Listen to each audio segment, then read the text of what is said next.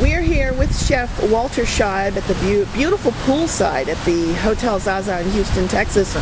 So, Chef, tell us, why are you in Houston? Well, I'm working with the chefs here at the Hotel Zaza and with the James Beard Foundation. A guy named Jeff Black is an old friend of mine, and it's the James Beard Foundation Celebrity Chefs Tour, and we help to raise monies for the foundation, James Beard Foundation, the great charitable organization supporting wonderful cuisine around the country. And Jeff and I have done a number of events. This is my second time here in Houston, but the first time with the James Beard Foundation.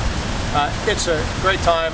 The chefs here at the Hotel Zaza have been nothing but exceptional. And really had a chance to go over to the art museum today too, so I'm having a great time socially as well as cooking.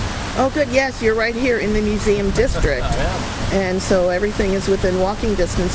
So tell us about the dinner tomorrow night. What will happen? Well, tomorrow night, it's what I call a dinner and a conversation. We went through the meal and put in White House stories. I tell a couple minutes of how I came to be at the White House. Then we have 4 different courses, just as a state dinner does.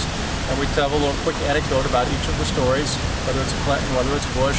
They're all humanizing and humorous.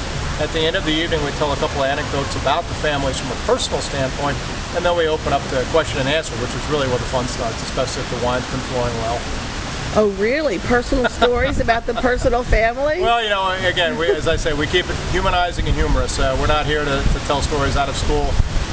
It's the goal to make the families look good and, quite honestly, to let people get to know them a little bit, not as these cartoon cutouts that you see on the nightly news, but really as great families, great human beings, and great people.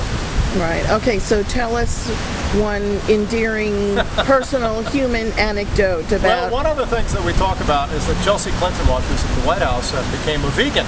Vegetarian, actually beyond vegetarian, actually vegan. Wow. And her senior year of high school, that summer after she had graduated high school, she was getting ready to go off to Stanford. And neither the Secret Service nor Mrs. Clinton wanted Chelsea going to the dining hall or out to dinner every night. They said, well, Chelsea doesn't know how to cook, but we'd like to teach her how to cook. You do that. So Chelsea spent about 6 weeks with us that summer, probably 4 or 5 days a week, about 5 hours a day, learning the intermediate level and beginner's level of vegan cooking. And she was so good at it.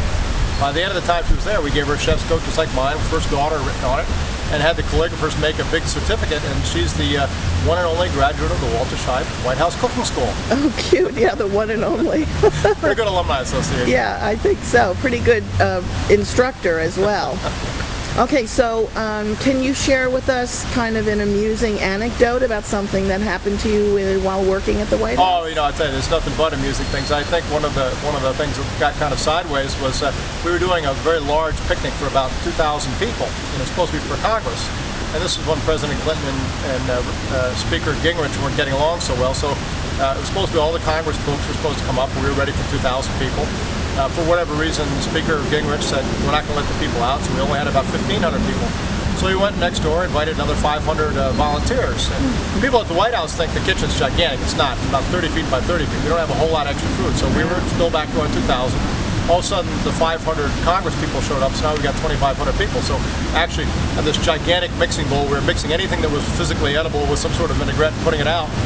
And about this time, one of the New York Times food reporters spotted this going on and came down and said, oh, chef, is this our new American cuisine? We see we're making it in big bowls here.